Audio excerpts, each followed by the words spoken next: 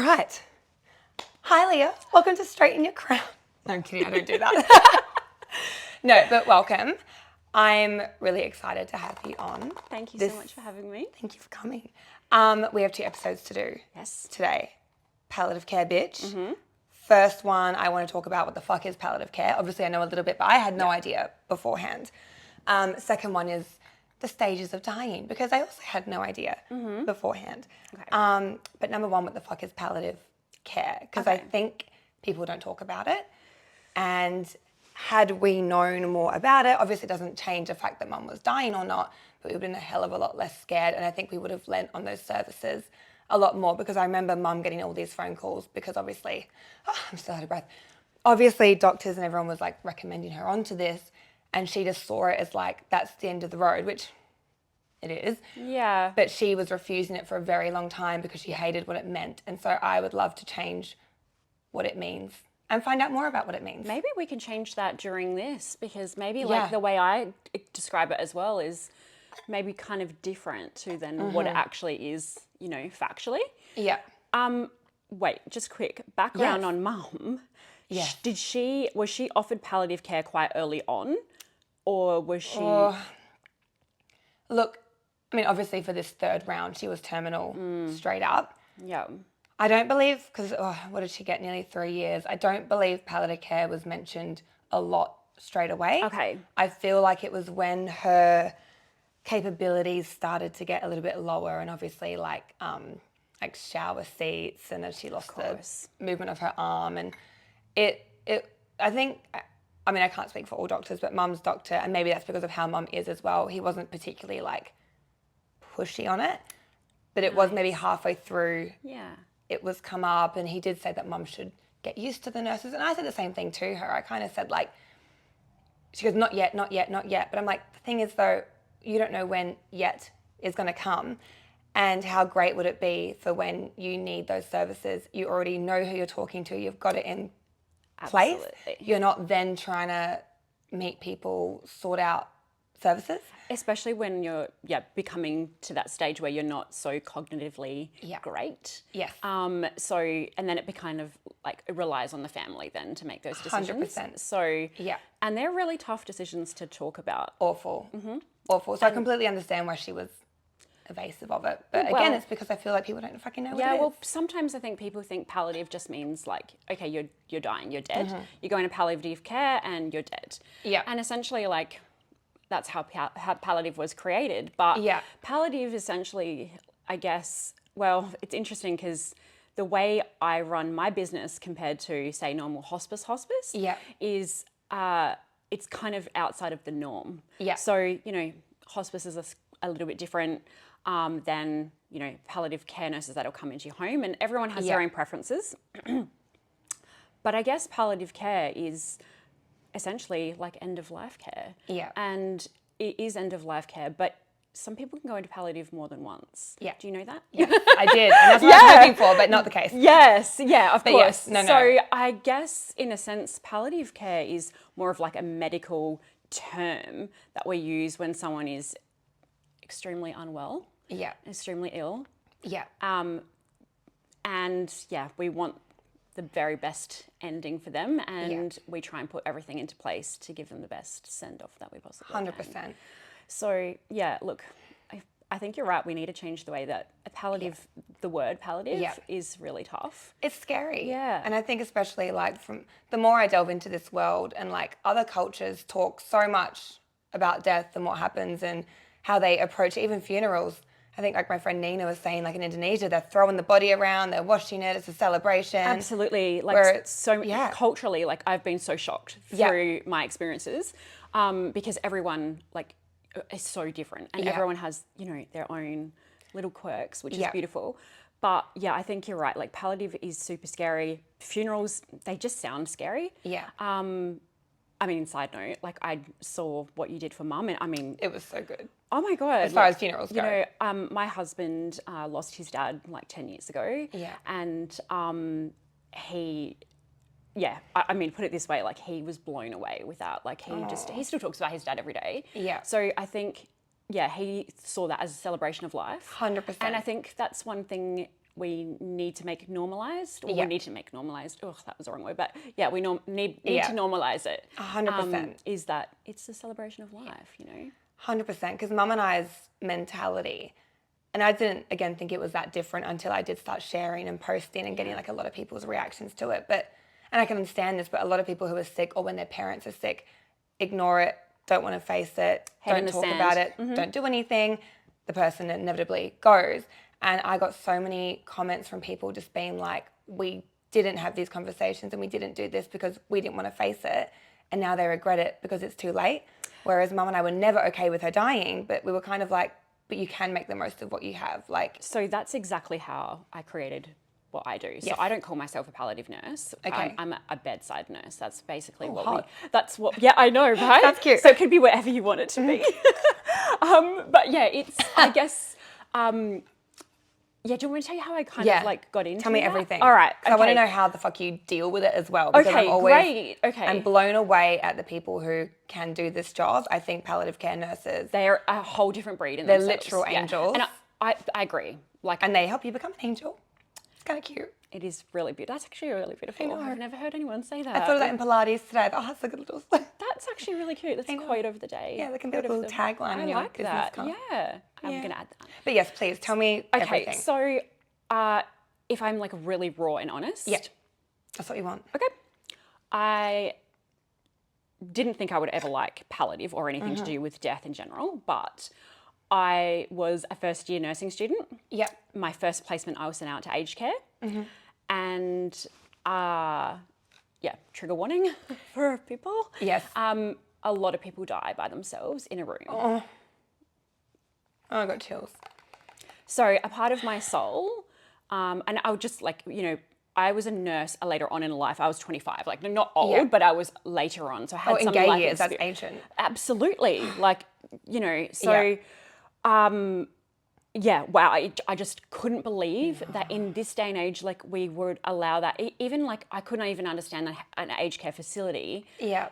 Just not even, I don't know, like hiring somebody in my like simple mind thought, you know, someone always is with them when they're dying or, you know, and yes, obviously death can come out of nowhere, but look, yeah, it was something that I realized very early on thinking, no, that is not like me. And anyone who has worked with me or knows me, even when I'm like rostered on a nursing shift in a hospital, if I do have a patient who is by themselves and they are at the end of their, you know, towards the end of their journey, and it sounds weird, but if I know that they're going to go essentially that day, I will not leave. Yeah, that's beautiful. And that's not leave. Yeah, why you are doing what you do. It's a very special thing.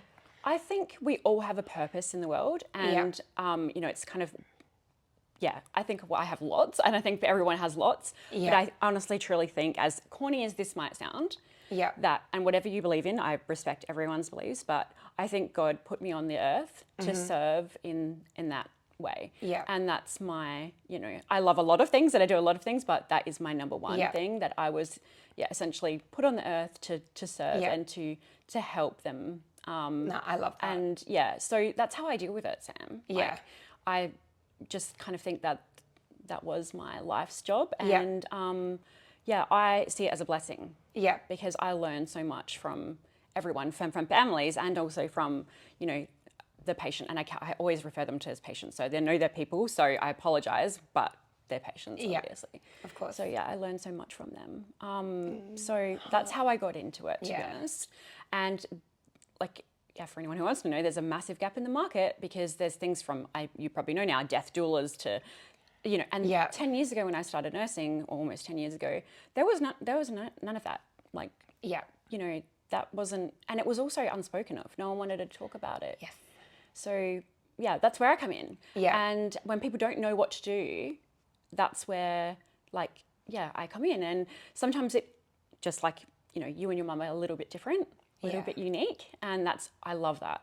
But sometimes they need somebody else to be like, okay, just so you know, these are the things that we need to do. These are the things we need to prepare. There's so much to, you know, so much to do. But like, I'm forever changing the way I do things because every time, every experience for me is different. And I think I've got to take that and bring that into my next thing. Yeah. So I feel like I learn from everyone. Yeah. But yeah, I think, yeah, the way you've handled everything is just, yeah. You know, it's, yeah. Doing my best. Massive credit. Yeah. Thank and you. I know, like, yeah, I know your mum is so proud of you. And I know that you know that too. And I think that's actually how I ended up connecting with you. Yeah. As corny as it sounds, I Yeah. feel like, yeah, that she was the one that was like, hey, my daughter needs help. And I'm just, yeah, going to put it out there. I'm not psychic. I feel like I've got some psychic ability sometimes. Yeah. But I think she, like, I'm not sure what mum believed in, but I think she was like, hey. Yeah, I don't actually know what I believe in. Yeah. I feel like I'm open. Same. I'm very much like, I don't know, just, like, because there have been so many signs, just like sidestep for a moment from, I feel like. I've been meaning to ask you that. Yeah. I just feel like there's so, like, I know you say you want a red car and you see a million red cars all of a sudden, but there's just like, there's a lot of things that have happened. Yeah. And sometimes so much in a row that I'm like, there's not this many fucking white feathers in the world. Do you know what I mean? Yeah. Like, there was even a white feather on my reformer that I always go to when I first went back to Pilates. And then, like, when I randomly saw my story the other day, I took Jessie to this cafe we used to go to, pulled up my chair, the one that I chose, white feather. And I'm like I don't know if I just didn't notice white feathers as much beforehand, but there's a lot of fucking white feathers. Yeah, that's interesting. You know? My brother actually recently said this to me about feathers. Yeah. So I think that actually came back to his wife. And I know everyone has sometimes the thing about feathers, but Yeah. and often people will ask me, that's the first thing they'll say to me is like, you must see so many white feathers or so many feathers in general. And I do, but like not, I think that I go looking for them as well, like essentially and be like, oh, I wonder if that is such and such giving me a sign. Yeah. But I mean, obviously I've had people pass too. But I don't think that, I think they're the little signs that you get given. And there are 100%. signs and there are gut signs too. Yeah. You know, like you had a connection with your mum unlike anybody else. Yeah. And I know she will be talking to you even right now. She's probably trying to connect with you as much as she can. And you'll be like, yeah, mum would know and mum would be saying X. You know that in your gut. 100%. You know what I mean? So, yeah, I think... I don't know if I've mentioned this on my podcast yet. I can't remember. Have you seen the movie Venom? No. Oh, what's that? Who's that actor that everyone thinks is really hot? Is it Tom Hardy? You know the Alien movie? And like... I'm the biggest movie buff. I probably would know it. I'm just terrible with names. How do I describe it? When I think about mum's presence, though, it's not like a little angel on my shoulder or whatever. No. There's this movie Venom where this alien takes over this man's body, like a host body, Cool. but they're still communicating. It's not like the host body is like, you know. And because, mum, she was quite sassy. Yeah, Yeah. I didn't have the pleasure of knowing her, but... I think you met her once. Actually, I know I did meet her once. When we came in. Yeah, I did Forever meet her. ago. I did. No, actually, I think I've met her more than once, maybe twice. Okay. But you know what I mean. Yeah. Yeah, I didn't have the pleasure of like knowing her. Yeah. Yeah. I feel like she's like Venom, which she would hate me saying because Venom's quite ugly. He's like this big alien with like big teeth. But it's the thing that like I feel like I've kind of absorbed her. Absolutely. Because when I'm thinking about things or talking to people, I, like you said, I know what she'd say. And in the movie, Venom is like talking within whatever Tom fucking Hardy, Brady, I don't fucking know what his name is. But it's like I've become two people sometimes, and it feels very like. But then that's like the whole thing of when someone says, "When I'm gone, I'll be with you, and I'll give you the strength." Yeah, she's an alien that took over my body. She's giving you the strength. I know. Or she's giving you. But So that's cool. I like that. I'll show you a picture after, you'll laugh. But yeah. But she would hate it. She would see it as ugly. But I'm like, no, but like they're best friends. And also like Venom is very protective. So if someone's rude to, again, whatever Tom's character is, he literally comes out of his body and like literally rips someone's head off, which is like very like protective mama bear. I love that. Yeah. That would be me. My mum was very, very protective. In that book she wrote me, it was like, if you hurt my daughter, a lightning bolt will come down and get you. I'm like, yeah, good, thanks, Mum. Well, can you have that protection over me too? Yeah. Thanks, Mum. Yeah, any lightning bolts, that's sassy Susan. But yeah. I love that. No, I love that. So I don't know, like I guess I'm not spiritual, but like I definitely I take things as they are and as they come to me. And there definitely have been a lot of things that have happened. In all honesty, I am honestly the same. Because people sometimes question that because my husband's actually really religious. Yeah. And in a Catholic religion, they're not very, very big on you know, yeah. I look, I won't go in what I believe. That's a whole podcast for another day. And I don't even know what I believe. We can do another podcast on that. We should. Yeah. I think we should. But I think, you know, to like, a long story short, I was going to say I'm very good at short story long. Yeah. That's so funny. I know. But making it short is, yes. I don't think that anyone can ever tell you your future, Sam. Right? Yeah. I don't think I believe in fortune tellers. I don't. Yeah. But I do believe there is a place after here, and there are maybe different places that people go. I don't know how that works, but yeah, I definitely don't think once you're dead, you're gone. You're not gone. You're in a different place, and that's what Mum said as well. I really truly believe that, and I feel like I can definitely say that I've had my own experiences with things that I come out with, and there's no way I would know that. Those type of things, especially sometimes if I do, or I'm looking after a patient who has recently passed, or and these things will come back to me. So I've had my own experiences. So that I don't believe in fortune tellers. I don't believe that you can go and see a psychic to tell you your future, but I do believe they can connect to them and you can speak with them, and I do believe in that. So that is a whole other episode. I do want to get like a medium on one day. Yeah. And I'm like, talk to Mum for me. Let's go. Like, I think we should. I know. I would do it. I would love that. Little Ouija board. Like, Mum. Definitely. Yeah. I'm like so keen on that. Yeah. I really am. But I know. As for what, like, I guess I'm somewhere between. I was raised, you know, with quite a strong Catholic background. I went to a Catholic school. I have faith, put it that way, but I'm very spiritual. Yeah. And I feel like that's what nursing has done, humbled me. Yeah. Yeah. Oh, we'll do another, I know. I know. We'll do another little thing on that another day. No, that'd be nice. Ask away. No, I'm just thinking about your job. Like because a lot of people have said, you've actually said it to me as well, that I should get into something like this. I feel like this is my dipping my toes into it. I'm not ready to be like, because I don't know how, again, it's for the greater good and you're helping, but I'm like, I would get so emotionally attached. And admittingly, you know what, I don't care what anyone says. I mean, some like palliative nurses, they're so good. They always seem to be anyway, emotionally prepared.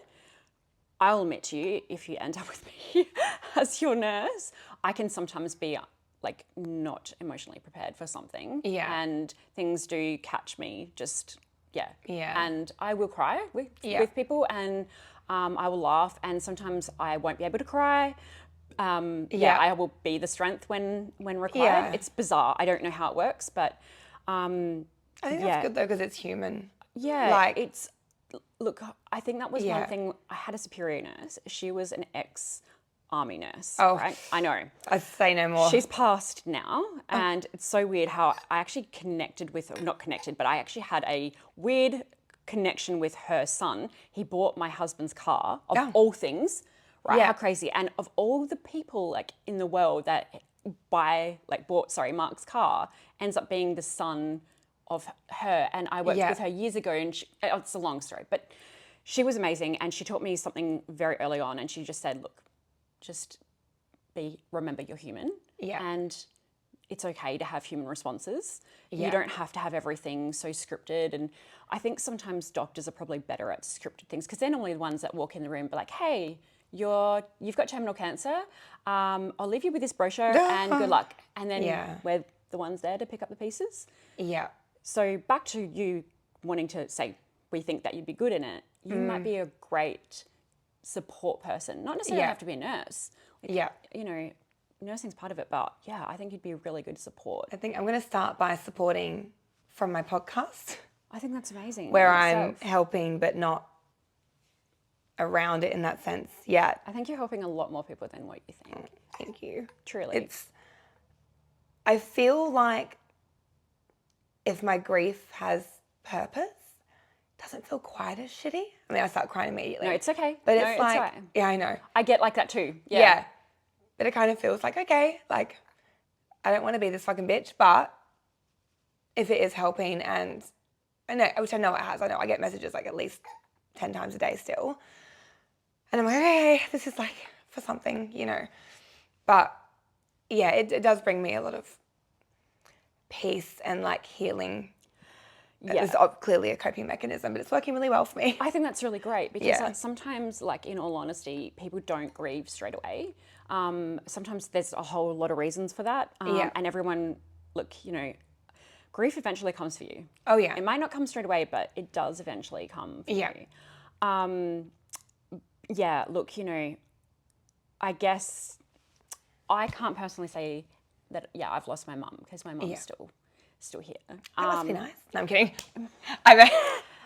My friends, when they go out with their mum, I'll like reply to their story. I'm like, oh, how's that? Like, fuck you. I love that you can laugh about that. Oh, yeah. I love that you can laugh about it because, I'm so fortunate that my mum's still here. And my mum's so cute. Like, she's hilarious. She's somewhat like your mum in some ways. Yeah. Though I can see resemblances.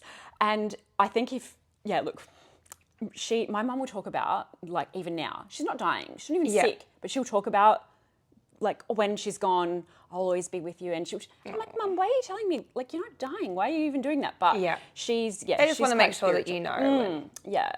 But look, I lost my grandfather, who was very much a father figure for me. I'm sorry. That's okay. And, look, he was like a cat. He lived like 9 lives. Yeah. Crazy, but he's amazing. But there's not a day that goes past that I don't think of him. And he's probably the reason, in all honesty, that I love what I do and why I stayed in nursing. And he's actually probably behind a lot of reasons why I've done a lot of things in my life. Yeah. But I know, I get definitely signs from him. And I know my mum, she does as well. But I probably have only just really started to grieve him. And shit. It's been 6 years, I think it has. Go. Yeah. So when he passed, I was definitely the strength for everyone. Yeah. My brother was actually going through a really hard time at that time of his life. Look, my mum obviously is my mum. He and my mum were very close. And I think when obviously we're a bit older, but when you're younger and you lose a grandparent, you forget your mum has lost their dad. Correct. As a kid, I've had so many people reply being like, I was 17 when my grandparent died and they were upset and moody, as you are. But now that they're watching my podcast or listening to me and they're sat there in their 30s being like, my parent lost their parent. Mm-hmm. And they didn't even think of that. And their parent was having to be the strong one and look after everyone. Absolutely. And that was probably one of the harder things is I was like a little bit older. And, whereas my dad's mum, she passed when I was very young. I was 12 or 11. So I don't really remember that whole thing, but I do remember my dad being sad, and that's rare for my dad, So, but I never kind of thought about it until later on. But when Pa died, like when my pop died, I was older, and he had great grandkids. So like my brother and I had children by that stage. So I think processed it, and then I haven't grieved about it until recently. Yeah. And even just certain things, I just think, I regret this, and regret is like the number one thing people talk to me about when they're passing is the regrets that they have. You have to tell me what they are. What are the main? I've seen it on like TikTok when people like list. Really? The biggest regrets of people who are dying, and it's usually just like caring too much about work, like not having life balance, or not focusing on the right things, or caring what people think. But from your first-hand experience, what? Well, I can say that no one has ever said, I wish I earned more money. Mm-hmm. No one. No one has ever said, I wish I was dying in like the Four Seasons. No one said, I wish, no one has ever said that to me. Yeah. And I have had patients like that were extremely wealthy. Yeah. And I've had the opposite end as well. So it's really interesting because they both actually all have the one thing, and they regret fights. They regret, fights is number one, like fights with family, conflict, not resolving is probably, and I think, look, everyone has the same thing. Not everyone, but most will be like, their regrets are, not resolving family matters if they can. Yeah. Or keeping people around when they shouldn't. Yes. And that includes when they're exiting their life. Mm-hmm. I have had some really interesting situations where I've had patients turn around to me and say, my ex-husband, hypothetically, you know what, for the first time in my life, I'm actually leaving and I'm dying. I do not want him at my funeral. I don't want him coming into my room. Leah, I don't want anything. And that could be someone's, so hypothetically, like they've had children, so that's, you know, their daughter's dad. That's an interesting scenario in itself. If there's ever a time where you really get to do whatever the fuck you want, it is. And I'm all for it. Yeah. You know, I'm 100% all for that. So, and I respect that. Yeah. Absolutely. So that's sometimes tough because you've got your, you know, but I get that. And yeah, so I think that's kind of part of it as well. Like regrets, not really a regret, but sometimes people change right at the very end and like, no, I'm not going to put up with this. I don't want that person in my life. Yeah. Or this person has, dragged me down my entire life, or they've said nasty things about me and I just dealt with it. And you know what? Like, fuck fuck you. No, I don't want that. Or no, fuck, you're not coming to my funeral. Yeah. Like, you know, no, I don't want you to, you know, play victim and be like, I'm this. So it's interesting. My mum was the exact same, and that's why we had the celebration, we call it, with just literally her handful of friends and essentially my friends who were her friends as well. Because she was like, I don't want those fucking cunts from Victor Harbour being a sticky peak and coming to my funeral. Absolutely. Or people using it. Yeah. She was like, no, fuck that. Yeah. And, you know, she was such a great person, you know, blah, blah, blah. Actually, my husband's really good at that. He always says something like along the lines of, I try not to speak ill of the dead. Yeah. I'm really quite big on that. Yeah. And however, I have had someone pass on my family side. I won't go into names because I'll offend everyone. Of course. But it's, like I didn't have a relationship with them. We'll use that. And I had no sort of feelings around that whole thing. However, obviously I respect that other people did. But I won't speak ill of them, but I don't speak of them at all. You don't have to lie either. So you don't have to lie. Where, a lot of people, as soon as someone dies, they're like, that person was like, oh, amazing, or the light of the room and blah, blah, blah. And but my husband will call it and be like, no, that person was actually a real cunt. No, 100%. I agree. Yeah. So no, but look, that's rare too, but it happens. And I think my mum as well, she did have a few family issues, which I also won't name names.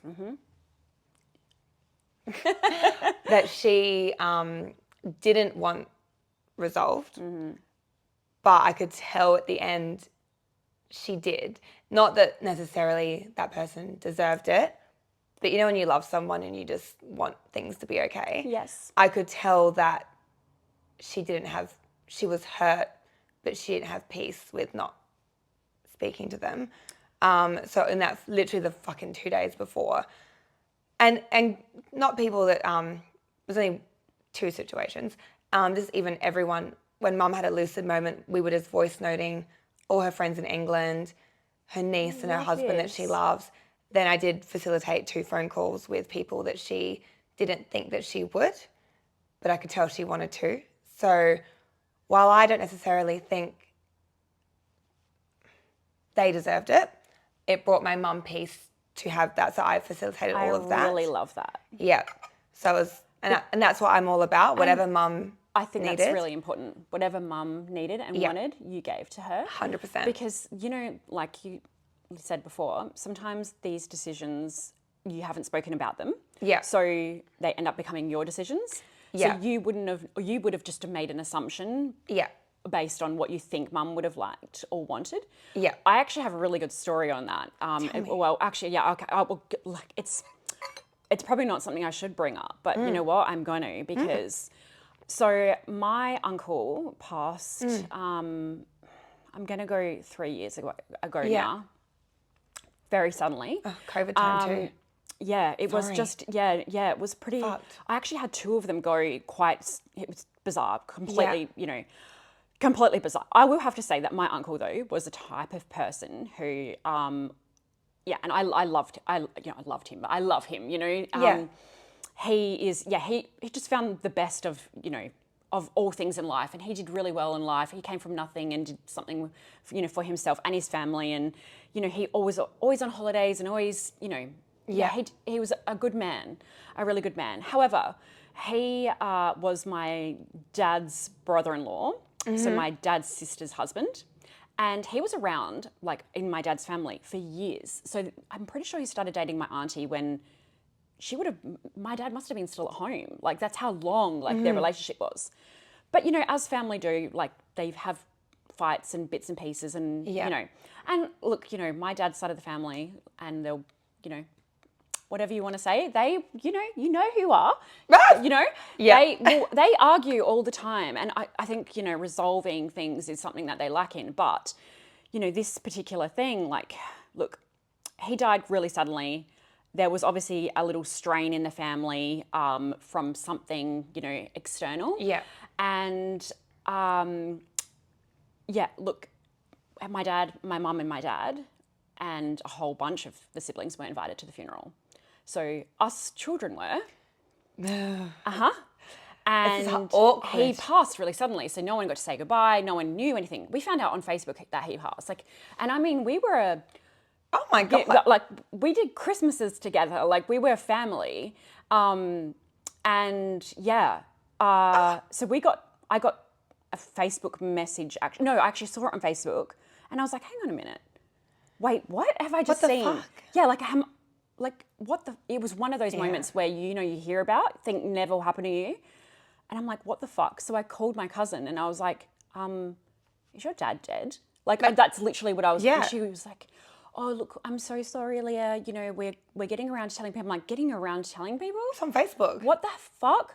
So I obviously called my family, and I was like my mum and my dad, and they didn't even know. Like, no one, a lot of us didn't even know. And then it went from that to, I got a message on Facebook with a whole bunch of my cousins in it saying the funeral's X this time. And I was like, it was worded weirdly. So I wrote to one of them, like, so he had 2 kids, and I wrote to the 2 kids, my cousins, whom I have had a great relationship with my whole life, saying, just checking, mum and dad are invited, right? I got a response saying, no, like, mum, as in their mum, did not want them there. And that was probably one of the times, Sam, like, I can never say that I've heard my dad break down on the phone. And my dad, everyone who knows him, is like, you know, a manly man. And oh my gosh, like, and that was tough. And I think, what the sad part about it is my dad hasn't had a chance to grieve that. Yeah. Or my mum. You know, mum and dad have been married for a long time, and that was like a brother to him. Yeah. So I just feel like she made that call. Yeah. And I get it. Like, people have arguments, but sometimes I think in a time of death, we need to put our shit aside. Yeah. Or a time of illness. There are sometimes where we should be putting our shit aside. Yeah. So, yeah, that's a whole, yeah. Yeah, I think there are bigger things that matter when someone passes. Sometimes people become quite selfish. Oh God, yeah. Yeah. So I've thought about this. I thought about this podcast before, obviously, I came on here, and I was trying to think about, like, some particular stories because unfortunately I've had the pleasure, I will say, of I've got lots of stories. Yeah. I think everyone is a story in itself. But, you know, I think one particular story that stands out in my mind was actually not so long ago where I watched, horrible. So the father had already passed. Yeah. So it was a mum that was passing. And I watched a bunch of 4 children fight in the room over the will. Oh, while she in the room? Still alive. And oh my God, like, it actually took a piece of me. And oh, my heart. Yeah. And, like, watching someone who was terminally ill, who was extremely ill, deteriorating, like, rapidly, and they're worried about what they were getting. In front of her as well. Yeah, like, this lovely lady had rings on, right? She had a... No, don't. No. Yeah. And 2 of the daughters were fighting over these 2 particular rings and a necklace that and it was a cross, like a crucifix, and they were fighting over. So they were like, I'm in shock. And they were saying to me like, we want you to take them off her, Leah, and now, and because we're like, obviously once she like this lady was still alive. I don't want to say names. I was about to say her name, but like she was still alive, and she was passing and she's looking at me, and she could still speak. Like she was not. What did she do? She was crying. She didn't know what to do, and I think she was one of those mums who I don't know if she knew like what to do or what to say. So I had to feel like this was probably a part where it was really difficult for me, where I had to be like, okay, I'm going to have to take control of this situation. And I actually asked them all to leave the room. Yeah, and to give her some space. Yeah. I had a private conversation with her. So there was me, who essentially is a stranger. I mean, I was hired to do a job. I did know the family quite well. Having a conversation that she should have been able to have with her children civilly, and, about the will and what she wanted. And she said to me, like, I can't believe that that's what they're caring about right now. Like, yeah. I do feel sick. Yeah, it was really heartbreaking. But it was a time where it really humbled me. And it broke a little part of me. Yeah. I'm not often speechless. Yeah. That just breaks my heart. And do you know what? I hope they fucking regret it. That's their karma. Yeah, I hope so. But like, they weren't fighting over, they weren't fighting over things that they should be fighting over, over. They were fighting over who was going to take this, they had a wine collection, a very expensive wine collection. And I mean, when we're talking about fighting, I'm not talking like I'm talking like there was a full brawl in the room. That's just so sad for that mum. Yeah. And then there was other things like that the mum and I had sat down and gone through, like she'd kept all her children's drawings and, things like keepsake things. She was Mum so kept cute. all of mine. Mum had all these things from when I was like, I swear to God, 2 years old. Covering my microphone. Oh, sorry. Like 2 years old, and like stick drawings. I'm like, why have you kept these? Like, bless you, Mum. But like, so cute. But I thought, those sentimental things would be something that they would want to. But in the end, I have to say, so I actually went to the house afterwards. I was finalising some things for them. And this is not like a part that no one tells you about, is like, I know you've probably been through it, but. Yeah. So I get to the house a week after she'd passed, and there's a skip bin. And I get it, right? I do. But the things that were going in the skip bin were like things of hers, right? Like, her journals. I know. Her journals. I've kept every single thing. Art she had done. Yeah. And they're like, this is just junk. It's worth nothing. And I'm like, it's That's not what about it's that. about. Yeah. It just. When Mum passed, because she had a rental, we had to kind of get onto it. Leah and I went, and I thought maybe I'd be an hour. My job that day was I was going to grab what I wanted to keep. Lee's storing it for me. We've got the Susan wing at his house. And then clothing stuff I was going to donate. And then my friend Ash inherited Mum's furniture. And then anything else, Jesse, God bless him, was the one who was, unfortunately there are things you do take to the skip. Of course. Yeah, absolutely. But it took me 3 hours, and I was like, ball. I'm like, this mug, I'm like, she's touched this mug. Like, everything was just so. I know. And you want it was the hardest thing I've ever done. Yeah. Any little notebook, anything, just everything is at Lee's. Yeah. Like, it's like 5 big, massive tubs of just memory eventually boxes. You will go through them, and you might take photos of them and store them away in an album, like hypothetically. Yeah. That was something someone taught me like a long time ago, was they ended up making photo albums or little books out of things that, so they didn't have to keep everything because, it is a lot. It's a lot. But yeah, that just look, that was, like heartbreaking. Yeah. And that's the thing. I think that's what I can't do. I can't be in your position and that being my job, man. Hats off to you, because she needed you. Yeah. She needed it's hats off to you. It's so interesting that you say that, because what people think I do versus what I actually do is probably why people actually want to watch this podcast, because it's actually really interesting versus, yes, I am the person, sorry, I'm not sure if that's my beeping. I'm so sorry. That's okay. I'm so sorry. No, it's fine. I don't know what it is. If it's, look, I think it's what I have to do and all the horrible things that I have to do and those really hard conversations to have. But you're advocating for that person. Correct. Though. And that's what I think I am all the time. I'm advocating for that person or the family as such. And most of the time it is the family as such, because sometimes, you have a lady and be like, or a man and be like, well, I'm dying, so I don't care. Literally, that's what they will say. Yeah. So, I think it's all the hard things that...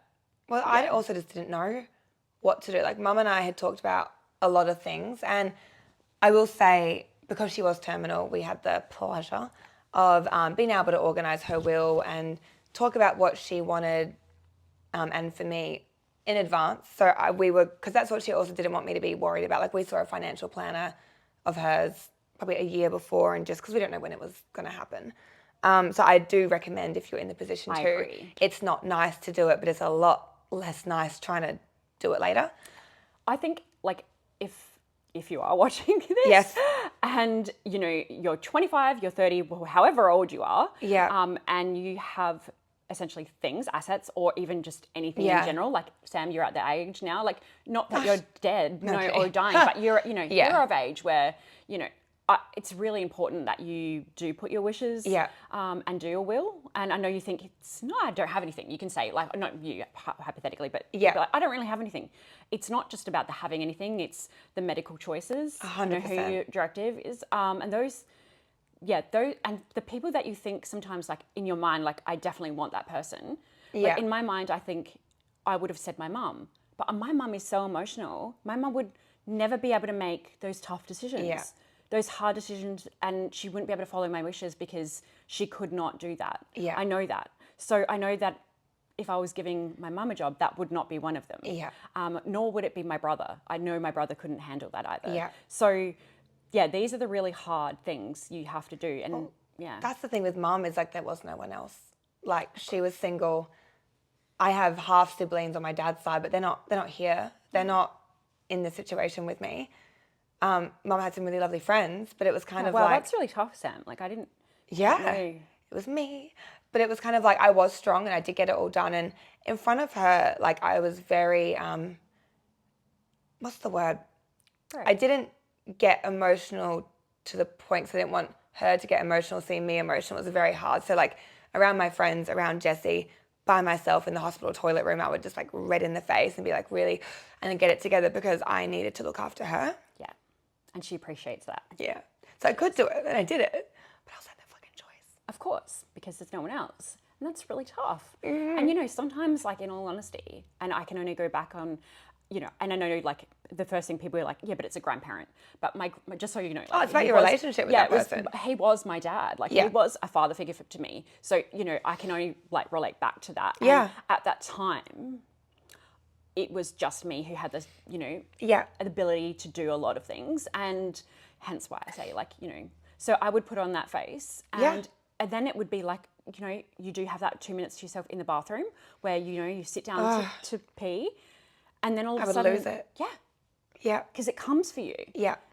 Or you're doing something, or you smell something, or like, you're like, oh my gosh, like, and then bang, So that is really tough. And you can, it could be just you, or you could have 20 other people, but then 19 of them could be just gone to shit. I was about to say, I also, I remember saying to a client of mine whose mum was passing and she had a brother, and I was like, oh, fucking bitch, like, I'm jealous. Like, when I'm working, that means I have someone, could you, but it doesn't always mean that family member will help or is around or they may cares. not have a relationship with them, or, absolutely. And a lot of the times, and I'm not trying to offend anyone, a lot of times, relationships with daughters are very different to sons. Yeah.